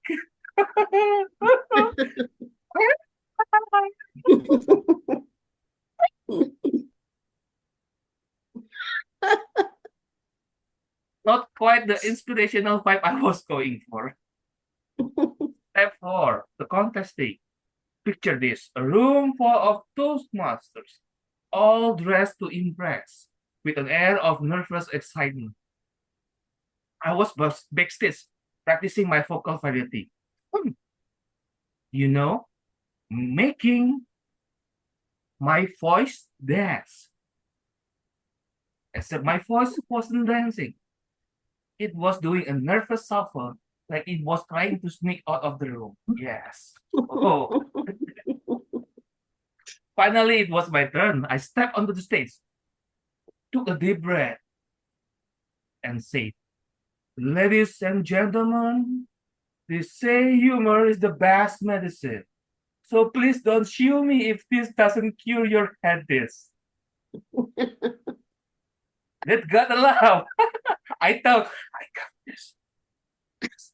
Halfway through my speech, I blank out completely. My mind was emptier than a college student's fridge during finals week. I panicked and said, "Oh, well, I guess this is the part where I use dramatic silence for effect."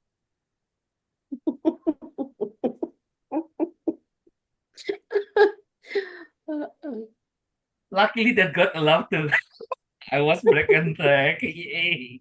But the ugliest moment, the Q&A session start afterward. A judge asked me, "What inspired your humor?" And instead of saying something profound, I brought out my lack of social skills.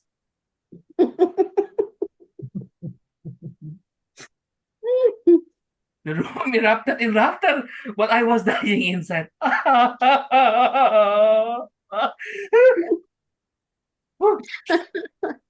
The aftermath. I didn't win the contest. I came in third, which I now refer to as the bronze medal of trying. Yes. But you know what? That contest taught me something important. Humor isn't about being perfect. It's about connecting with people, even if that connection comes from shared awkwardness. Reflecting on December 2024, I realized that every ugly moment in my contest preparation was just material for my next speech. Yay! My failed past lives, comedy gold. Mwah. My awkward delivery, relatable content. Yeah. My third place finish, a reminder, when you don't win, you can still make people laugh. So here's my takeaway.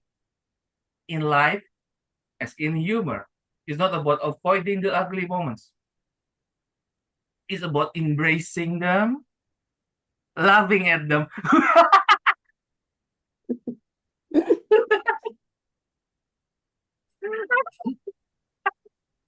And then turning them into stories that make people smile.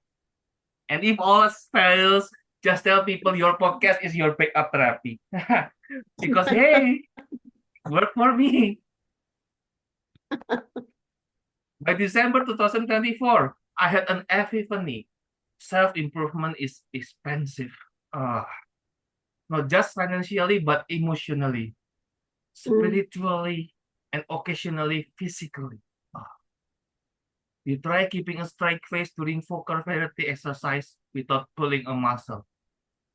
And the therapy bill, let's just say it is as high as my stress level were after Toastmasters conference.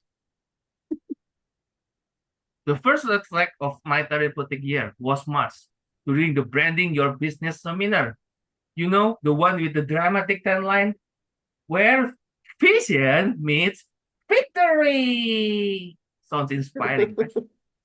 What they didn't tell me was that the victory wasn't guaranteed.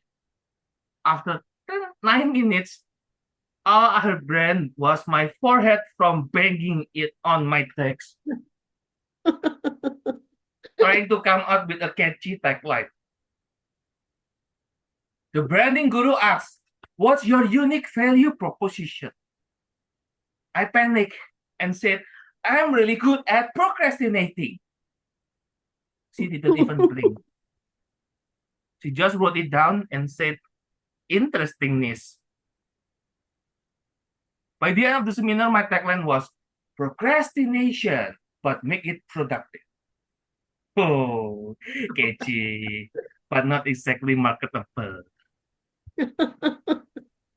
Then there was my podcast journey. Now, if you have never hosted a podcast, let me tell you, it's like having a therapy session where you are the therapist and the patient. Oh, you love yourself so much. I spent 80 minutes talking to myself in June. Eleos, how are you? Hi, Theo. Yes, I'm good. How are you? I'm crazy. Yes, you are crazy, Eleos. 80 minutes. At one point, I caught myself saying, "There's a great point, me. I will go full Gollum from Lord of the Rings." Yes.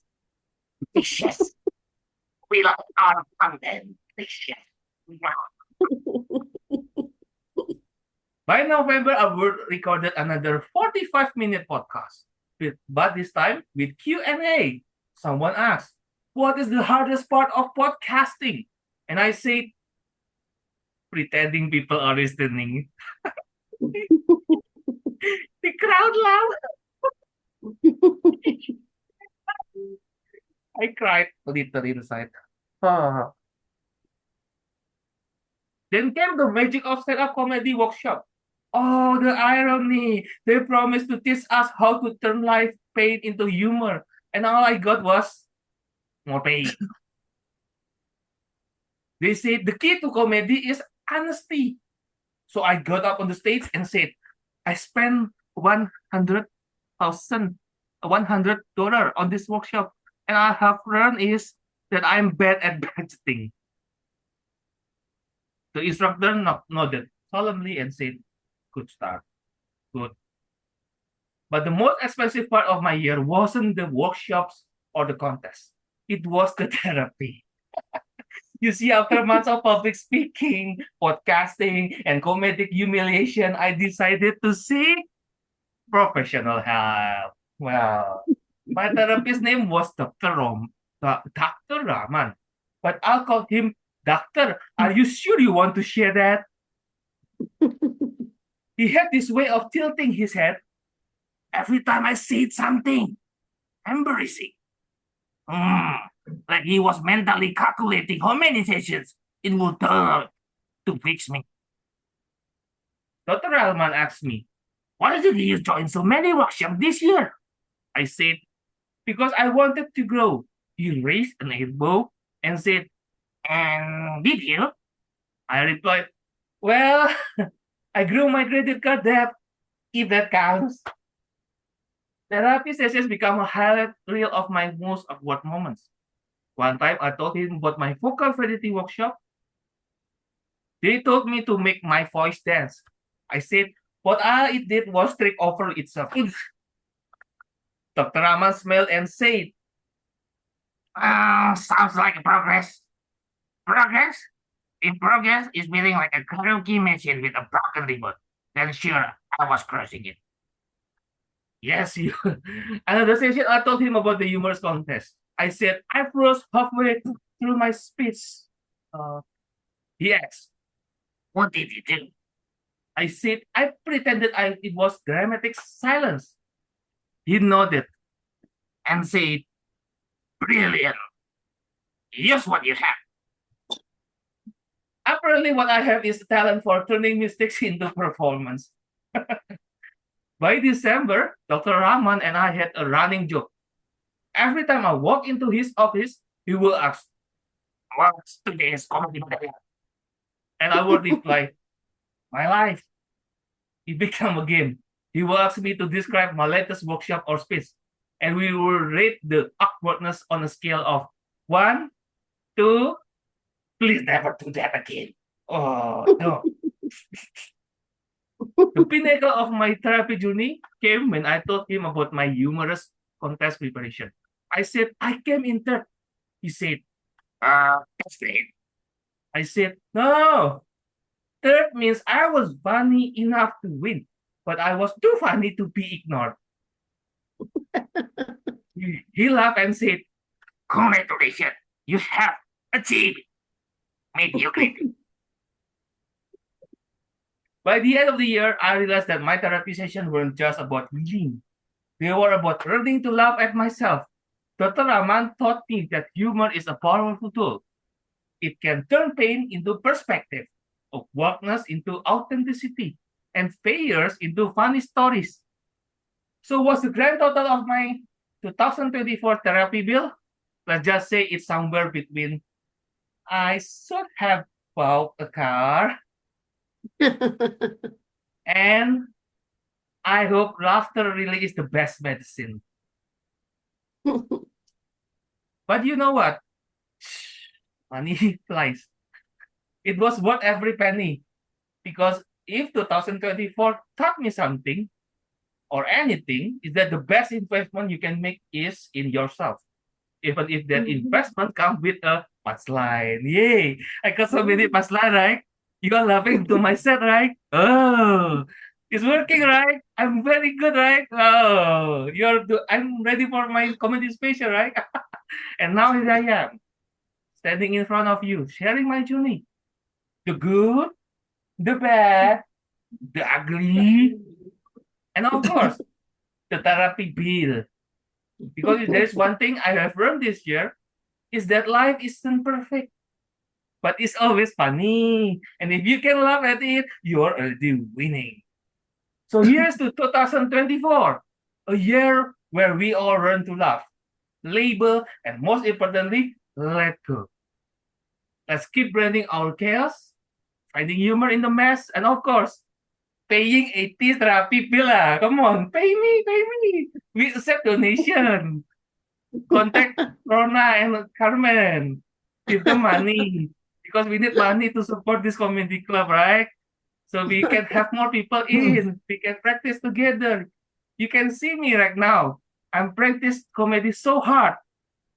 And yes, you know how much that I spent during today. And because if there's one thing 2024 taught me, it's this. Every setback is just material for your next setup. Thank you, Comeng Reborn. And remember, if you cannot laugh at 2024, just call me. I have got jokes. And yes, it is number of bank account. Mic drop. Back to Carmen. Thank you. A round of applause. Always fantastic to listen to you, E.T. And what a night we have had as we've reminisced on, we've laughed.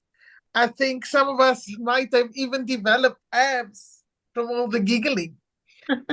Give it up one more time for all of our performers tonight. The ones that came prepared and the ones that took the chance.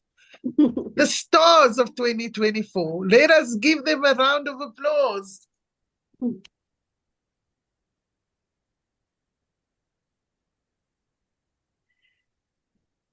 And remember, Sunil, can you open your camera and Yusuf, so we can have the spotlight of the performer? Pak Yusuf, are you there? So we can have a snapshot. No? Oh, okay, you are there. Wait, I need to find you. Okay, Caleb, okay, Caleb, please open your camera so we can have a snapshot for all the performers for tonight. Okay, I found you. Okay, so here is the performer of today. Let's make this as the journey. I sent it already on the group. And please take this as a souvenir from us to your end of 2024. And yes, we are looking forward for your jokes at 2025. And please book your slot to Rona. And yes, if you want to perform or you want to be like Carmen, you can also ask Rona. So yes, I will give it back to our MC to close this show.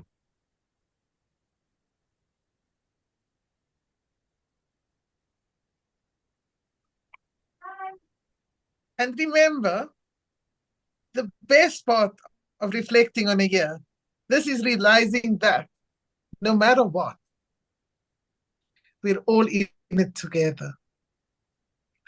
Thank you, everyone, for joining us. Stay funny, stay fabulous, and get ready to laugh your way into 2025. For those of you that was a bit shy to participate, I know you found your inner funny. And as E.T. said, contact Lorna to line up for the first event for next year. Good night, and don't forget to follow us online for updates and maybe a few more awkward Zoom meetings. Over to you, E.T., for the closing remarks. Oh, before that, I would like to give it to our comedy bookie here, so she can give some or asking some feedback from the audience. Comedy Okay. bookie, Rona. Can we Okay. ask our guest, Kendall, just to give us some feedback on our evening? Okay, thank you very much. This is my first time. I would say, though, that it was a pleasure. It's my first time being part of a comedy show, a live comedy show, albeit online. It was very entertaining, I would say. I would like to also say that I am not that inclined to do that type of comedy. Certainly not. So you'll have to excuse me. I am more of a one-liner in response to situations. So I'm like a one-word type of comedy. But I like to laugh, so I don't think I would be able to do anything like that. What I could say is, if I may have a time, there was one instance where there was the airport, and I am from Trinidad in the Caribbean, and I went to pick up my wife's sister, and the airport is a small airport, and this was the days before cell phone, so the flight was 9 o'clock, and 11 o'clock I haven't returned yet. I live like 5 minutes away from the airport, so my wife asked my neighbor to come and look for me, because she got worried. I left at 8 o'clock. The flight was on time. And I went, I keep looking, couldn't find her. And it's very small, as I said. And then I decided to ask, this was the last flight, and I stopped to ask a lady if there were any other persons inside. And same time, my neighbor comes up, sees me talking to this lady, goes up to her, hugs her, and kisses her, thinking that is the person I went to meet. So it was not. So the lady was very stunned as well, you know, and I found that to be funny, but that's how my neighbor operates. And just about 8 people again, I paced the area up and down, and there she was. She had dyed her hair, and I did not make her out. And she's not that type. She's not mentally up to it, you know. So she just sat there, and I couldn't. I passed about 5 or 6 times. And it's because she dyed her hair completely different. I did not make her out at all. And so that was an instance, but I found to be funny. And it's a joke among the family, you know. But the show was good, I must say, and I would try to come again. And I was told about it by Yusuf, and I would certainly try and come again once the time permits. But you all were good. I admire how you all speak. I admire the length of time you all speak. That amazes me. And also what amazes me is those whose language is not English. They speak well, they speak for long. And it's something I admire, and I'm trying to get a hold of the language itself and trying to become a better speaker. So far, I'm just being able to overcome the fear of speaking. So I think it's one step at a time. So it was a pleasure to listen to you all. And do have a Merry Christmas for those who celebrate Christmas, and enjoy the holidays. Thank you very much. I'll try to see you in the new year. Thank you, Kendall. And actually, you did make a contribution to it's not about being jokey, it's about having humor. So you do have that, and I welcome you to join our group so that you, perhaps next year you can perform. And you did more than a one-liner in that engagement with us now. So thank you so much for that. And also, Thank Comeng Reborn Performance is about exposing ourselves to improving our English. And that is what you're hearing in the group. Of course, most of us are Toastmasters as well. So the link to the group, the WhatsApp group, is in the chat right now. For those of you who are not part of our Coming Reborn WhatsApp group. I feel it's something that I came into this year. That is something I should have mentioned in my performance, is my coming in and becoming a bookie without knowing what that means, and just, somehow getting involved in the operational part of it. So I really enjoy that. I'd like to ask at this moment, we would like to have our first shows sometime mid-January. And so if you are ready to do a performance, please drop me a line. You will find my contact details in the Coming WhatsApp group. So if you join the WhatsApp group, you'll find my contact details, or you can contact ET as well, and he will connect you to me. So thank you so much, everybody, for coming out. ET, do you want to say a last word before we close? Or are you fine? Oh, I'm here. Well, I'm not ready to die, so it is not gonna be my last word. Last word for this meeting. Okay. Yeah, so because if I should die, I should be the one that not rest in peace, but rest with love, rest with laughter. So yes, here is my last remarks for tonight, as the acting president of the comedy club. Then, just a short brief of the Comeng Reborn. The name stands for comedy in English, and why we call it reborn, because we have been entertaining people for more than 7 years, and we have achieved more than thousands audience on site and also online. And now we are rebuilding the club, so that's why the name is Reborn. And if you are taking part to contribute to this community, you can be like the audience right now. Everyone starts from the audience, even me too. At the very first time, I never try or ever dare to become a comedian. And then people say that, Eleos, when I tried at the first time, Eleos, you are better at shut up than speak up. And yes, it doesn't serve me well actually. So yes, that's my journey to find comedy and to help me get my mental issue better, mental health. And I got comment invitation from my mentor. He'll help me to refine my comedy. My very first debut is so well written, 5 to 7 minutes, like the Toastmasters meeting, but it takes me like months, 3 to 4 months.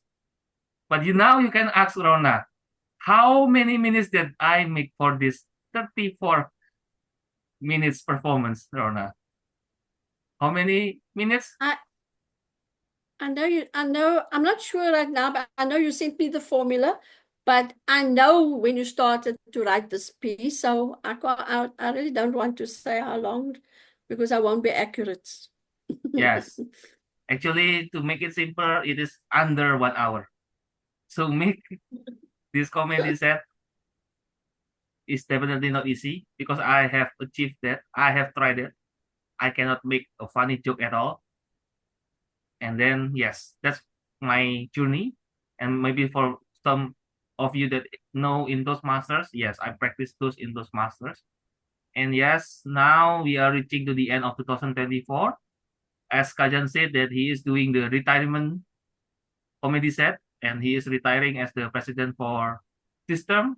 And the next term, we have decided that it will be Rona as the next president, and maybe Sai will be the co-president of the next time. Let's us support them to give the best show ever. Let's make Comeng Reborn again. So maybe reborn to make it better than like what in the Toastmaster, right? We have DTM. So there are twice DTM and then third DTM, something like that. So yes, let's make this Comeng Reborn 3 times. So yes, I'm closing this comedy show. And yes, like what Rona said, it is a wonderful journey with all of you here in 2024. I'm looking forward to see all of you to perform, to start your debut. Maybe you can start by being the MC like Carmen. Very first, her appearance is as the impromptu speeches like what Sunil and Caleb doing. And then she did again for the second times and better than ever. I feel like, wow, Carmen is naturally funny. She has the talent. I have no talent at all at comedy. I do this the hardest way ever. I'm doing the hardworking part of it. So yes, kudos to Carmen, Rona, and all of those people behind the scene. And I'm just standing here, or I'm not standing actually. I'm yes, what we call it. I'm just sitting here, not standing. Yes, to say that this is not only stand-up comedy, but this is sitting down comedy. If you feel that you want to sit down, is also good. So yes, Rona, the term for the next year is gonna be you. So we will support you for the next 12 months. Let's make fun, and I will give it back to you to the after meeting of the after the show discussion. So yes, the recording will be off. Yeah. ET? Okay. It's off.